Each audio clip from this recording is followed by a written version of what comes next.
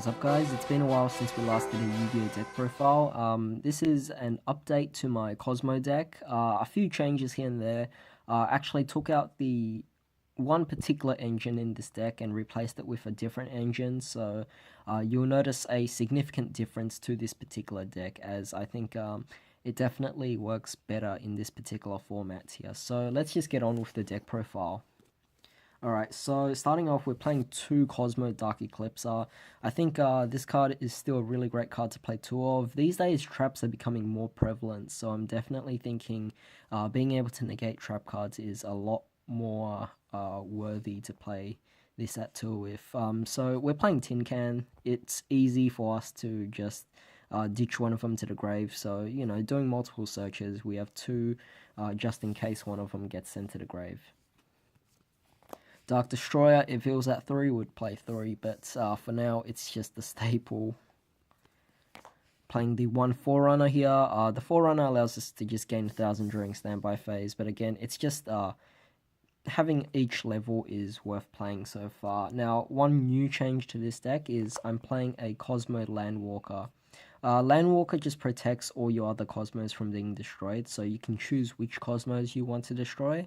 And aside from that, it is a level 6 to follow up on the Forerunner. Now, if you're wondering why I'm playing a level 6 when I already have level 6s, well, it's actually because I took out the dogfighters. I don't play dogfighters in this particular build anymore. If you guys want, you can take out the Landwalker and put in the 1 dogfighter. But overall, I'd prefer to play Landwalker since it has the protection effect instead. For the level 5s, we're playing Dark Lady. Just being able to negate monster effects is so good. Now, some people might think, perhaps you could take out Landwalker and put in a second Dark Lady. That could also work as well, but I just want to play different levels, so playing the Dark Lady at 1 is, it's more than enough for me, because I have other cards that can deal with monster effects. Whoops, we're playing 3 copies of Slip Rider here. So again, this card's just acting as the MST. More people are setting cards these days, so I figure I might as well just go for Slip Rider. And even if they activate cards to negate your effects like Solemn Strike, then this card will still float into something else. So it's not too bad of a card to play at 3, of course. For level 4s, we're playing the 1 Wicked Witch. Not really going to play the Good Witch here. I think Wicked Witch just has the protection, which is definitely nice, but overall, she's just there for the level. For level 3s, we are going to be playing 2 Farm Girl. Farm Girl is just, again, another really nice card to help end games. I definitely think it's not worth playing 1. You definitely need 2, because if you lose out on one of them, then you lose that OTK potential, and she is the one that sets that all up. Playing the 1 Sword Troopers as well, just to special summon one of our pilots from the graveyard. It's not too bad of a card to play, and definitely worth playing there. Go for a Kozmo Strawman here, playing 2 of those, just to call out any of your banished cards. Any of the big ships will definitely work, as at the end of the turn they get destroyed, and again you'll float into something or add with Eclipser's effect. And of course, the other 3 Kozmo monsters is the 3 Tin Can. This card is still just really great for the deck, so definitely worth playing here. Alright, so for the other monsters in our deck, we are playing 4 Kaijus. Honestly, you could play any Kaijus you want. It doesn't really matter what you want to play. So if you want to play Dogaran, you can play that instead. But I am playing the Kaiju engine. I figure this engine is a lot better because simply, these days, we have a lot of big monsters that are difficult to deal with, and I want to see at least 2 Kaijus in my hand, where I give my opponent the weaker one, I special summon the stronger one, and I just attack over it, or I attack something else. But these days, it's really difficult to get over monsters that have so much immunity these days, so I figure Kaijus are definitely the way to go with this particular meta, and this particular format. And if you're not playing Kaijus, you're going to have a really difficult time dealing with different decks and everything in their boss monsters. So I definitely think this is a good engine to play. Moving on to spells, we're playing 3 copies of Kozmo Town, of course. I don't think you should play any less. It's just such an amazing card, and honestly, most of the time your opponent always has to think so hard before they actually try to destroy this. The only way they can deal with this is to activate Cosmic Cyclone, and even then, they're losing out 1,000 just to get rid of this, when they could use Twin Twisters or even Monster Effects to pop this, but they are so reluctant to because they know that you'll just search out any Kozmo from your deck, which is amazing. The one emergency teleport for our pilots, of course. Playing a 1-for-1 to bring out Tin Can. Still really good, of course. Playing the Interrupted Kaiju Slumber, because again, we're playing 4 Kaijus in this deck, so why not? One Day of Peace. This card's just to help us draw cards and prevent us from taking damage, which is actually a pretty good card. But you guys could easily take this out and put in Upstart Goblin. You could put in a Raigeki or Dark Hole. You could even put in Monster Reborn, because I don't play those in the deck, but you could take this out and put those in instead. And to finish things off, we're playing Reasoning. This is one of the main reasons why I'm playing so many different levels here, and yeah, it just brings out anything really. I mean, most of the time your opponent's not going to guess correctly, and if you see this in the opening hand, it will be a really amazing card. So I'm just playing the one Reasoning, just for the whole purpose of having fun, really. You could put anything else in there if you want. Alright, so moving on to trap cards, we are playing 3 copies of Kozmojo, of course. This card is still just a really great card.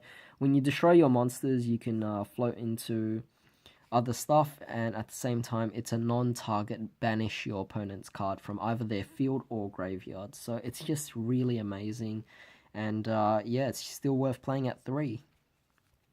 Playing the One Solemn Warning, again, it's just to negate summons. You want to control the game most of the time. This whole deck is meant to be control, and it has the potential to OTK only when your opponent's field is wide open for attack.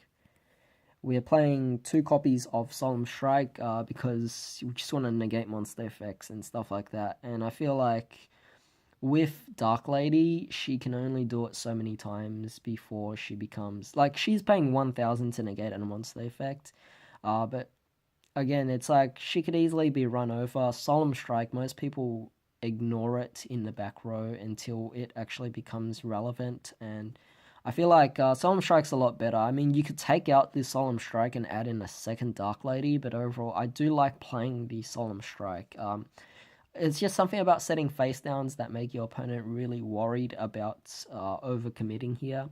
And as a result, it definitely allows you to have good control over your opponent here. 1 Torrential Tribute. So again, another option is you could take out 2 Solemn Strikes and just throw in 2 more Torrential Tributes, because it has that 3, and overall, if your Cosmos get destroyed, you're going to float anyway, so it doesn't really matter. Then we are playing 2 copies of Call of the Horned. Again, if your opponent tries to destroy this, chain it, bring back one of your Cosmos, and you could float from your deck. So really amazing there. And to end things off, we're playing 1 Eradicator Epidemic Virus. I feel like this card's great because you could deal with spells, you could deal with traps. If you're afraid of infinite impermanence, if you're afraid of a evenly matched, then by all means call trap cards. Otherwise, just call spell cards. But if you know what kind of deck your opponent is playing, then this card works really well. Took out the Virus Engine, of course, so as you can see, I'm not playing Full Force Virus, I'm not playing Grave Greening Virus. You have the option to play it, but overall, I think I like this build a lot more. Alright, so for the extra deck, we are playing 1 copy of Clifford Genius. Just to go into a link to, it's an option because you have machine monsters ready. ABC Dragon Buster, I'm playing this because ABCs are still something I have to deal with quite a bit, and I am playing Winter Cherries in my side deck, so this card is worth playing. Playing 1 Gaia Dragon, the Thunder Charger. This card's just to help rank up into if you have rank 5 or 6 or higher or whatever. And speaking of rank 5s and 6s, we are playing Cyber Dragon Infinity, the Cyber Dragon Engine, of course. We are also playing 1 copy of Volcasaurus because this card is, again, we're just playing a lot of different options of rank 5. So Tyrus, Shark Fortress, Pleiades, Durandal, even Adrius, just a lot of different options you could try out here.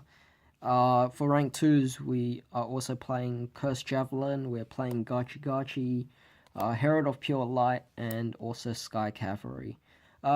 It's up to you what you want to play in this deck. You could throw in a bunch of Link monsters as well, like for example, if you have Yugioh, or if you have Borolo Dragon, or Topologic Bomber Dragon, by all means throw it into this deck, the extra deck here.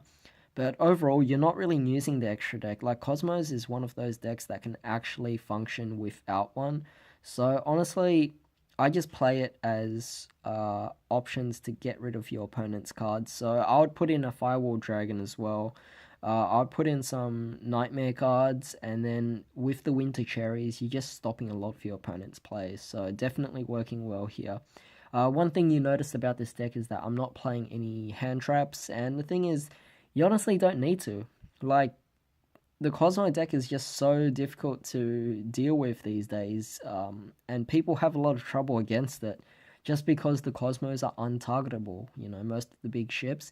It's really amazing, this deck, that it could still perform so well, and I am really happy to see that this deck is not dying out or anything, and it's not getting power crept by other new decks, so yeah, I hope you guys enjoyed this deck profile. It's a very different deck compared to what I was playing before. But this one is definitely more consistent with how it works and everything like that. And you won't so much have a few dead cards lying there. Because when I was playing Full Force Virus, if I didn't have Dogfighter on the field or Dark Eclipser on the field, it was very difficult to achieve anything with the Full Force Virus just sitting on my back row. Hope you guys enjoyed this deck profile and hope you guys have a great day. I'll see you next time.